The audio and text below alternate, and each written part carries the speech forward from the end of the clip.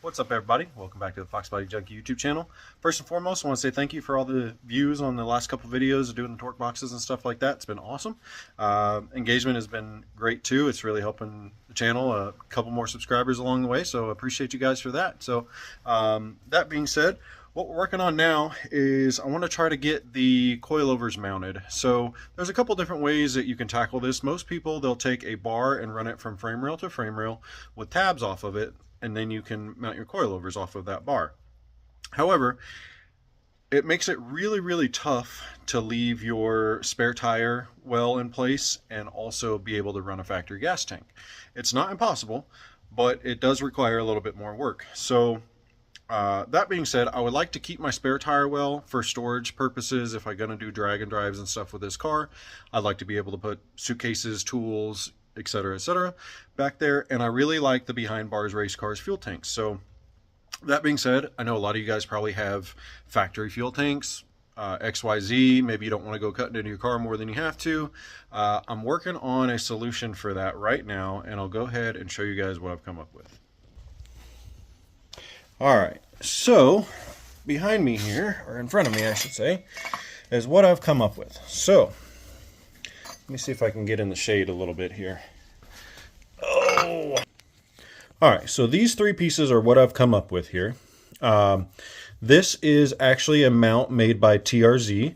Super nice billet piece. It is clearanced for your shock. The radius is much larger here. This is a 1-inch wide shock mount, essentially. You can mount other stuff with it too, but that's the main idea behind it. So that's going to act as our actual mount where our bolt goes through shock. And then this is an 1 5/8 piece of DOM. You could do this with chromoly or whatever, but I went ahead and I drew a center line down the center of it, and then I went on either side of that center line and cut about a 1/4 inch past, and then a 1/4 inch on, this end of the center line. That way you'd have a nice, about 25-30 degree-ish radius on this tube, or angle I should say, to go ahead and mount this. So here's the idea. This is going to mount about right here, give or take a little bit. And you'll see the radius on that.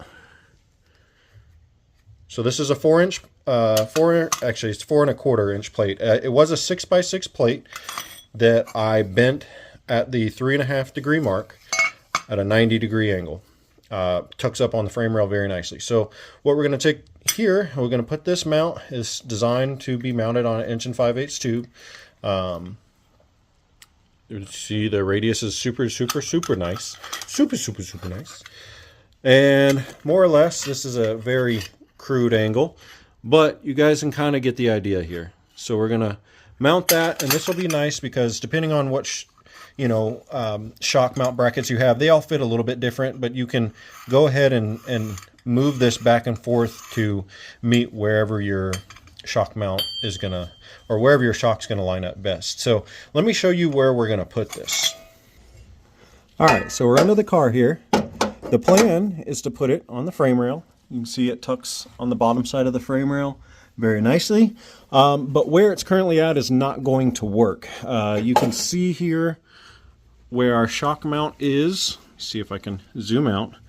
If you draw a line straight up from here on the shock mount, it runs essentially right into this reinforcement for the fuel tank. So what we're going to do, we're going to mount this plate up here, and you can see that that's going to line up there and put our shock mount in a good place, but we're going to need to scoot it back. So you can see this frame rail is not straight. It's got about a 30 degree angle to it, give or take. And so what we're going to do is we're going to come in here. I'm going to cut from here over and then cut this out, and then come just before this spot welded double bracket here for the fuel tank.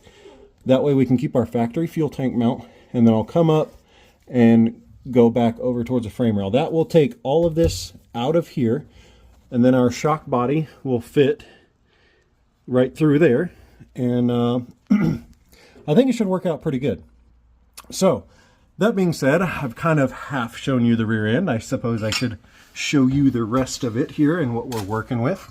So this is a factory 9904 length rear end that I had narrowed by my buddy Kelly, KH Fab.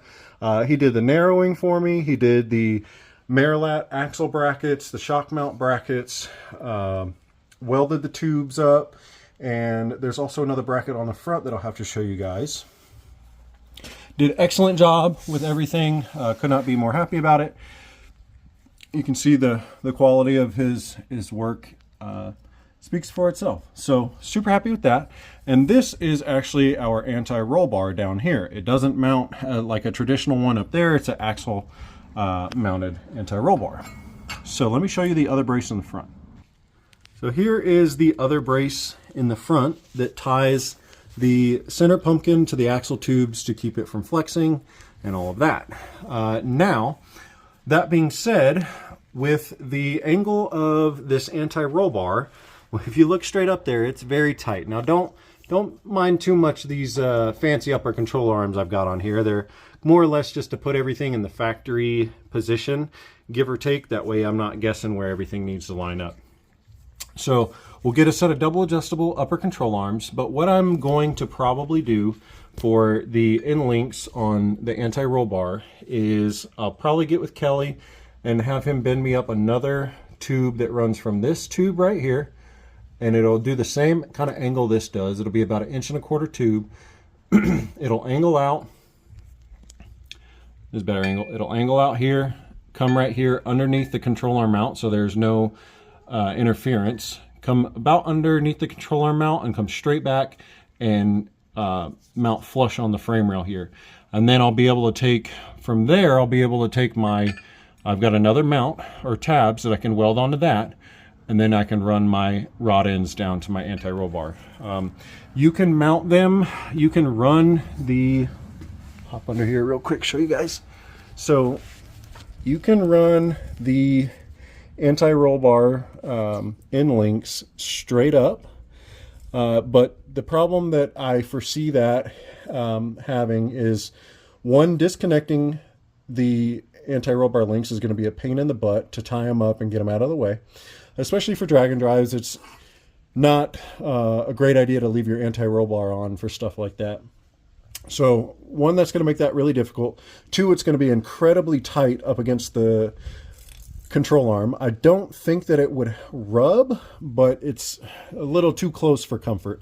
This is already a lot of low-hanging fruit down here, and last thing I want to do is have something collide or clash together, and that wouldn't be a good time. So but you can further see here, there's a plate that mounts to the top of the rear end housing, and it gets welded to the top of that.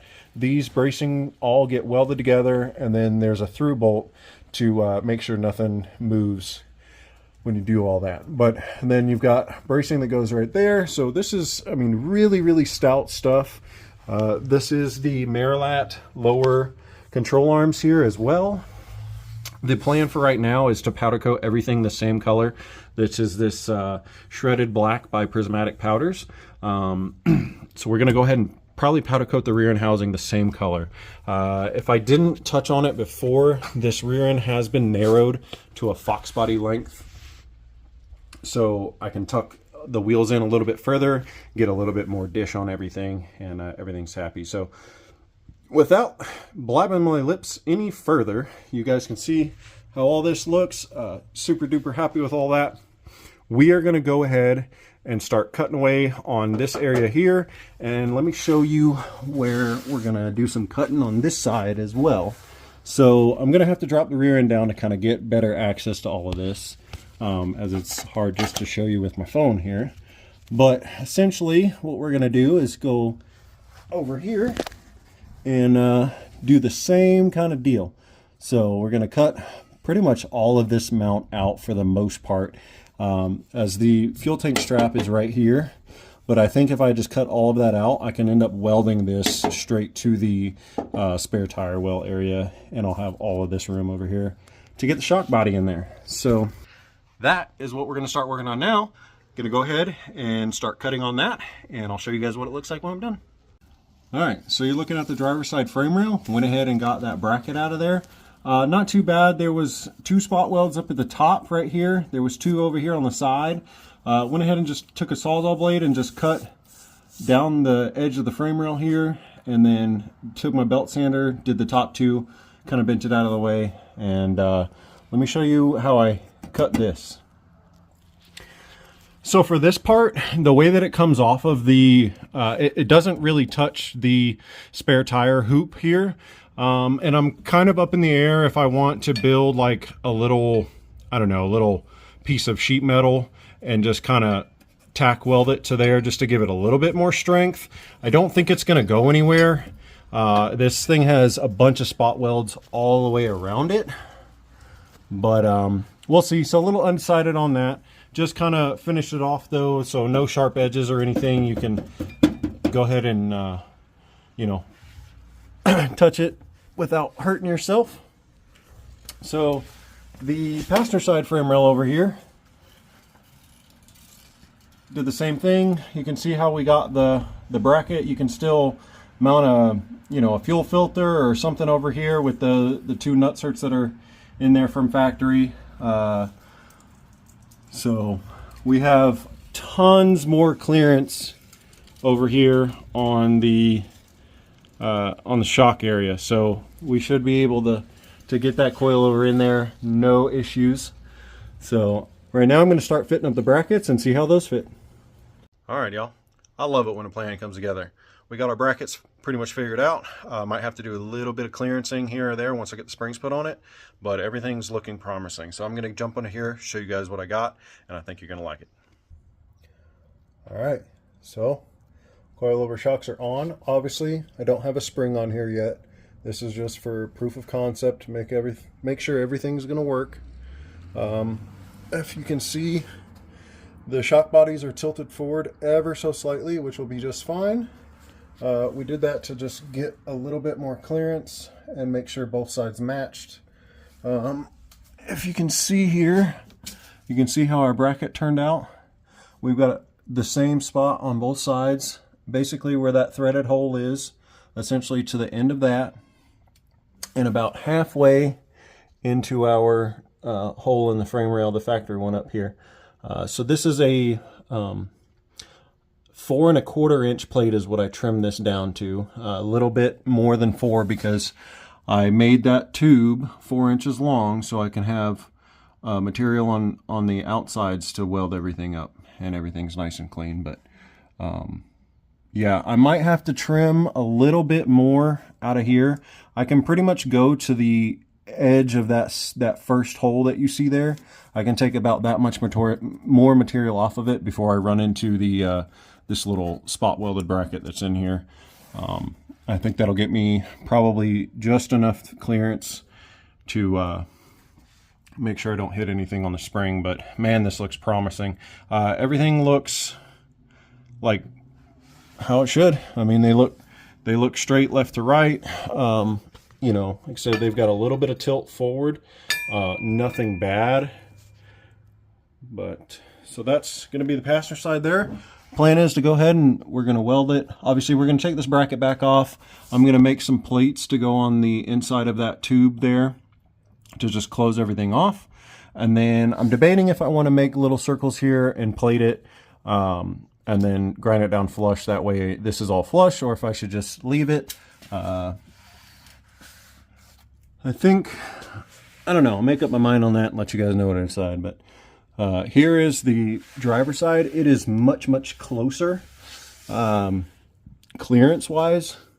You can see up there, let me see if I can get it a little bit brighter. It's kind of hard to tell. Lighting's not the best at this time of day, but you can see up in here where my hand is at, I have clearance all the way around. No issues up there. The only thing that I'm concerned about right now is spring clearance off the sides here, because you know your spring is going to be about that wide. My finger's out here, so it's going to be close. I might have to take a little bit of love taps to the top of that wheel, the spare tire wheel area here, but not the end of the world. I think we're going to clear this bracket here just fine. And again, you can see everything looks happy. So yeah, like I said, I love it when a plan comes together. I'm thinking about making a couple more of these and maybe selling them if you guys are interested. I don't know what to ask for them. This particular set, I'm probably gonna we'll see. I might end up trying to TIG weld these or MIG weld them. I'm not sure. I haven't decided yet, but either way, let me know if you guys be interested.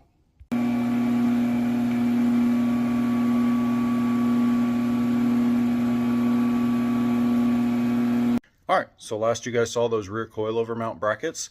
Went ahead and hit up my buddy Kelly at KH Fab down here locally and asked him if he could TIG weld these things up. He said absolutely. So I took him down there. He got them TIGged up for me. Man, they look freaking awesome.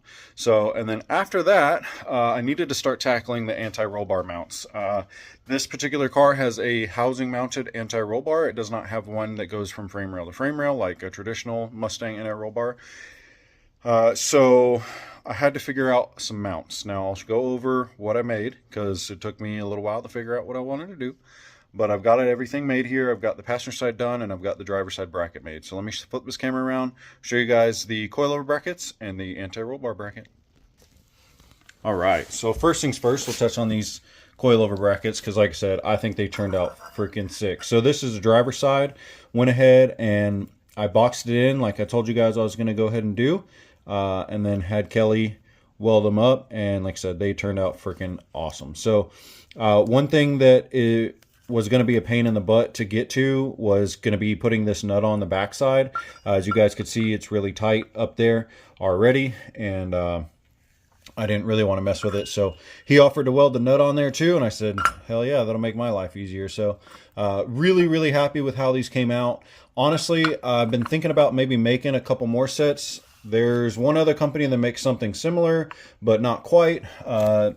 Unfortunately, if you know the cost was there, like just these two billet brackets from TRZ are $75. I mean, and then you got to add in the metal, the time to cut it, the weld it, all that stuff. I mean, it would probably have to be like, I don't know, around 200, 250, around there somewhere if you wanted like a billet bracket like this. Which I feel like that's pretty fair for not having to cut into your spare tire well, and you get to keep all that stuff. So, you know, not a bad deal. But if you were to just do like a regular tab off of this, probably be a lot cheaper than that. So moving forward, we'll get those welded in, but moving forward, this is what I've come up with for the anti-roll bar mount. Now you can kind of tell the difference between, a MIG weld and a TIG weld. The MIG welds are a little bit fatter. I did these myself, and but I'm really happy with how they turned out. So, so how this mounts, I'll show you the passenger side over here since I've already got everything. I've got it tacked in on this side. So here you go. This is the anti-roll bar. Like I said, it's mounted to the axle housing. So you need your end links to come off your chassis somehow.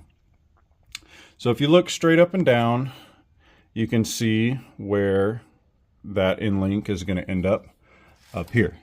Now it took me a little while to kind of figure out what I wanted to do for this. Initially, I wanted to run like a 45-degree angle bar, kind of, you know, from here to the frame rail. To more so to match the axle brace. I thought it would be kind of cool to run a 45-degree bar and then kind of come off of here, but unfortunately Kelly was able to bend me some 45-degree 1 1/4 tubing.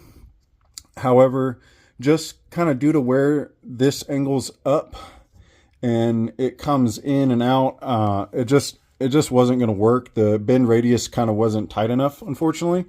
And then even if I could have done it, this would have been like right in the bend radius, as you can kind of tell from here. So if you offset that, this is the same 1 1/4 tubing as this. So if you offset that bend, your bend is going to be about right here where this tab needed to mount. And the tab doesn't exactly like to mount to a bent area of tubing. So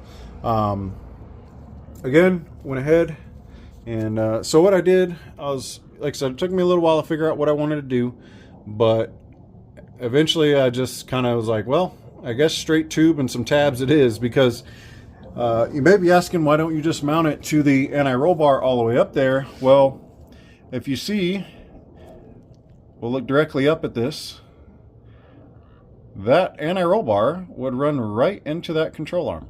So now granted, this isn't the control arm that I'm running, and double adjustable control arms are a little bit skinnier in this area. However, I don't think it would have been skinny enough to get past that and go all the way up to the torque box upper bar up there. I don't think it would have been. Now, I haven't really seen anybody else run this exact setup with a forward-facing anti-roll bar off the housing. Not on a Fox body anyway, or a Mustang for that matter. Typically on a axle housing mounted anti-roll bar, you would run it backwards, so your end links would be kind of going straight up. But guess what? We can't go straight up because we just did all that work to keep the factory gas tank straps and mounts and all this stuff, and then so that one would kind of go like almost right through the hole. And the one over here, actually I could have got kind of lucky. The one over here, it was kind of offset, it would have went basically through that hole. But then you would have had to still mount a bar, you know, across. And, you know, honestly, if I had to do that, I just would have discarded the housing mounted anti-roll bar and went a different direction. So, but really happy with how this turned out. So it's essentially just a straight bar with 3/16 steel plate. I notched it for the tube and kind of slid it over on this side, and then you guys saw the other side. It just kind of hugs the back side of the frame rail there, and we'll weld everything all the way around.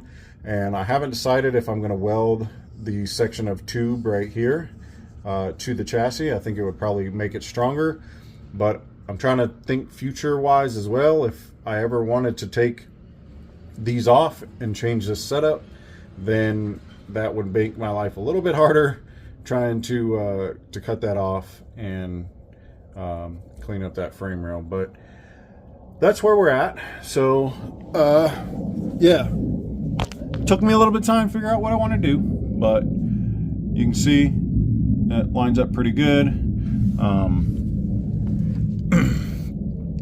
Again, hopefully this kind of gives you guys some insight on kind of some of the stuff that I've had to do to get everything to work together. But it's really come together.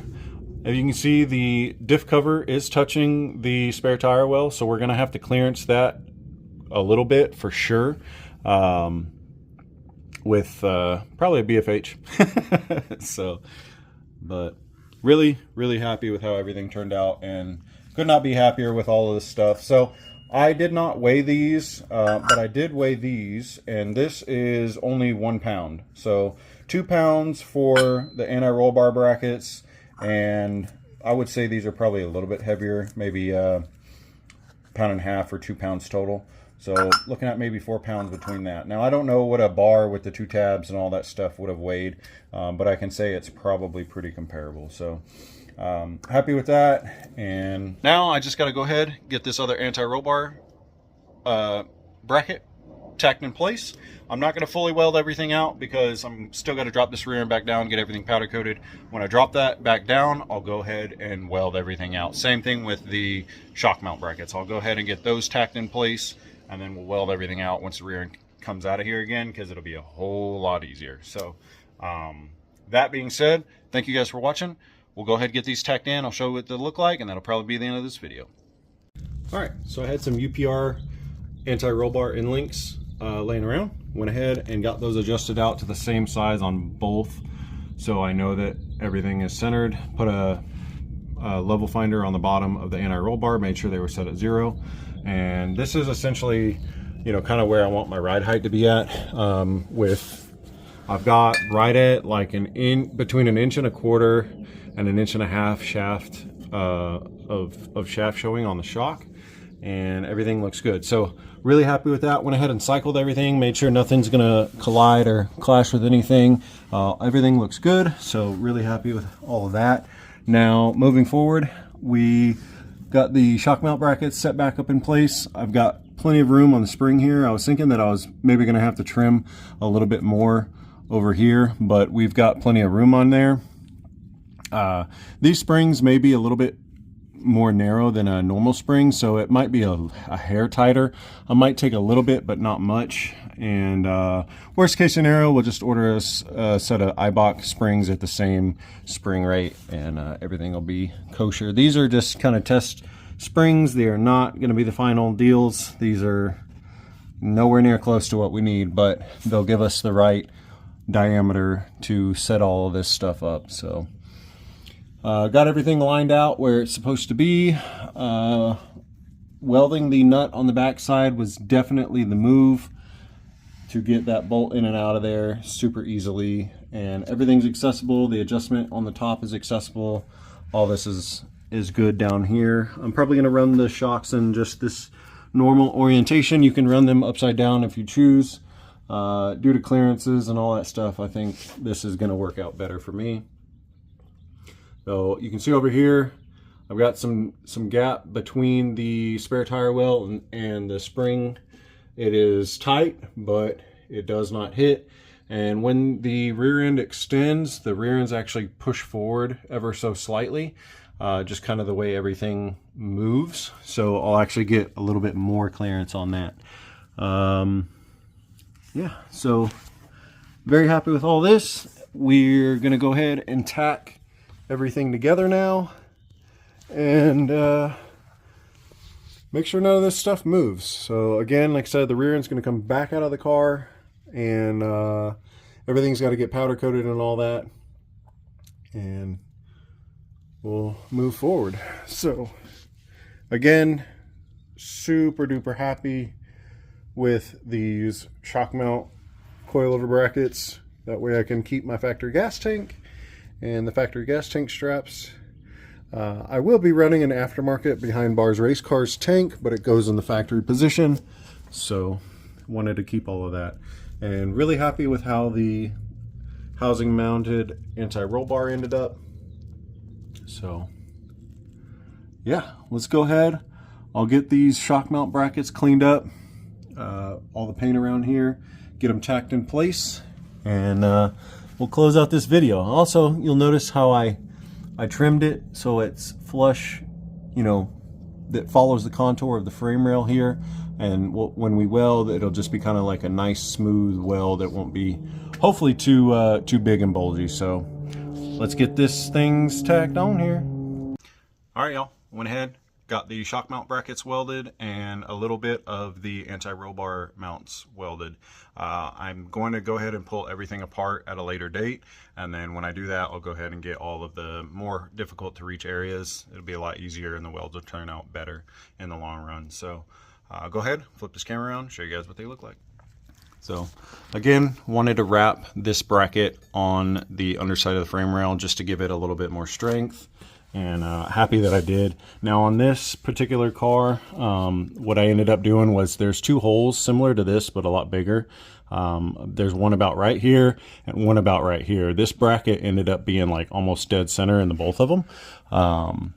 So went ahead and welded those holes shut. I just think it is going to be a cleaner result overall, and I can run a continuous bead from one end to the other there. So got it all welded up on the top side, kind of up in there too.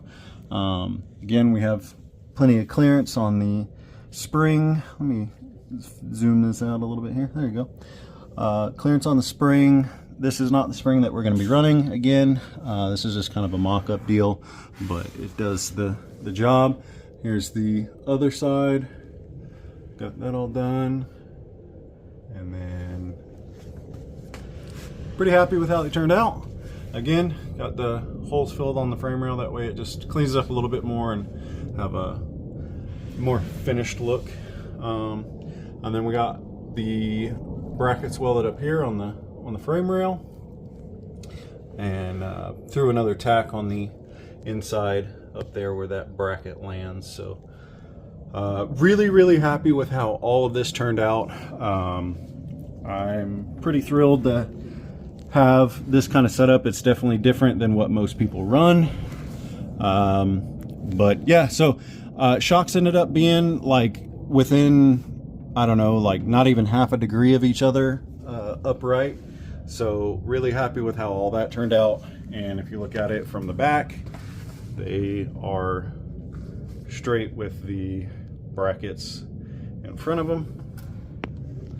So, wiring harness in the way.